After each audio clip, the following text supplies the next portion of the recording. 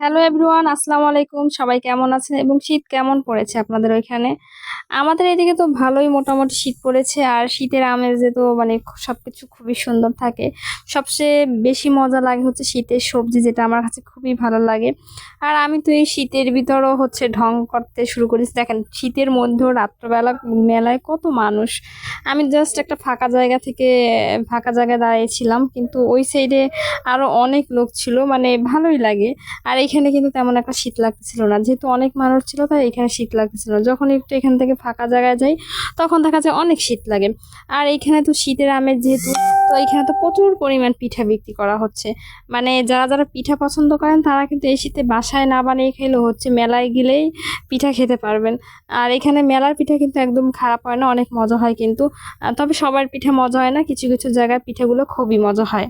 আপনারা দেখতে থাকেন আজকে কি কি করে। আজকে মেলায় অনেক বেশি মজা করছে। আর এখানে একটা কাপড়ের দোকান ছিল, এখানে 2 পিস 1 পিস টপস অনেক কিছু ছিল।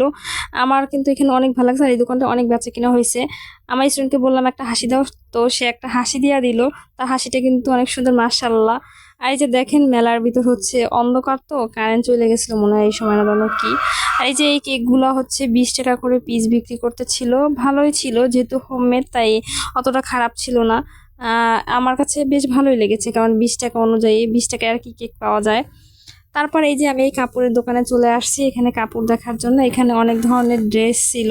তো আমি আসলে কয়েকটা টপস দেখতেছিলাম এবং কামিজ দেখতেছিলাম। আমার প্রথমত ইচ্ছে ছিল আমি কয়েকটা কামিজ কিনবো।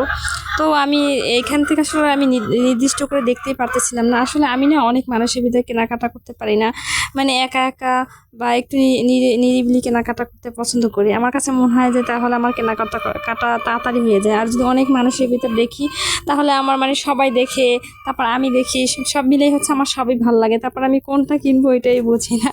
এরকম আমার সাথে সবসময় হয়। আপনাদের কারোর সাথে এমন হয় কিনা আমি জানি না। এই ড্রেসটা কেমন লেগেছে আমি জানি না, আমার কাছে বেশ ভালোই লেগেছে।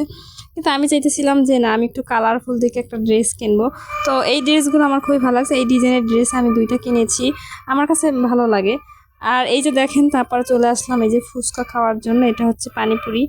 আর এটা অনেক টেস্টি ছিল, বাট অনেক ঝাল। আমি কোনো ঝাল খেতে পারি না বলে এটা খেতে আমার খুবই কষ্ট হয়েছে। আমি এগুলো কিন্তু সব শেষ করতে পারি না, অল্প একটু খেয়েছিলাম। আর এইখানে এই প্লেট ছিল মাত্র 20 টাকা। এখানে প্রচুর পরিমাণে এই ফুচকাটা চলছে কিন্তু। এবার মেলায় মনে হয় সব থেকে বেশি এই ফুচকাটা চলছে।